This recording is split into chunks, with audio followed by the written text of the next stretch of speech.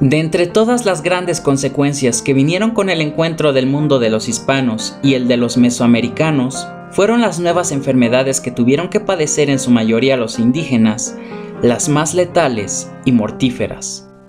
Virus y bacterias que acabaron con miles de vidas durante los primeros años de la colonia, ocasionaron 3 grandes epidemias en el siglo XVI, las cuales vamos a conocer a continuación. Yo soy Alonso PM y no tengo nada que hacer.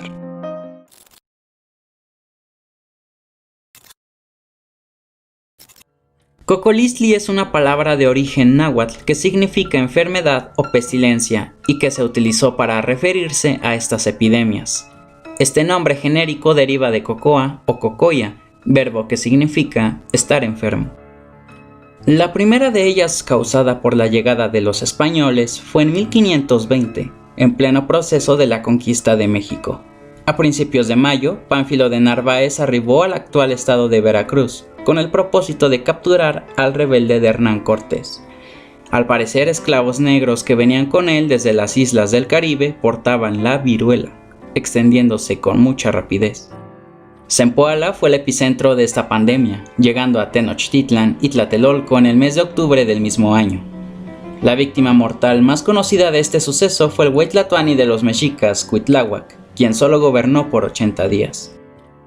De este trágico acontecimiento tenemos una clásica imagen perteneciente al capítulo 29 del 12º libro del Códice Florentino, en donde observamos a las víctimas recostadas en tapetes con sus cuerpos cubiertos por ampollas, mientras una mujer asiste a uno de ellos. El siguiente Cocoliztli ocurrió principalmente en 1545, abarcando aún más territorio y, claro, atacando en su mayoría a la población nativa.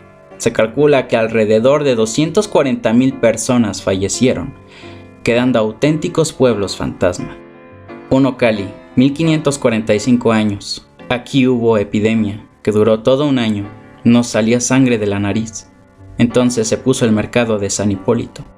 Se sabe que en esta el sangrado por la nariz fue el síntoma más perceptible en comparación con las erupciones de pústulas de la ocurrida hace 25 años. Pero la más mortífera de este siglo fue la acaecida en 1576, con mayor extensión geográfica y temporal, extendiéndose hasta 1581. Al igual que los otros Cocoliztlis, la gran mayoría de los afectados fueron los nativos, teniendo como principal causa de mortandad la propagación combinada de la viruela, el sarampión y el tifus. En el mismo mes de agosto empezó la epidemia, le salía sangre por la nariz. Los sacerdotes nos confesaron en nuestras casas y también nos socorrieron con comida, y los doctores nos curaron.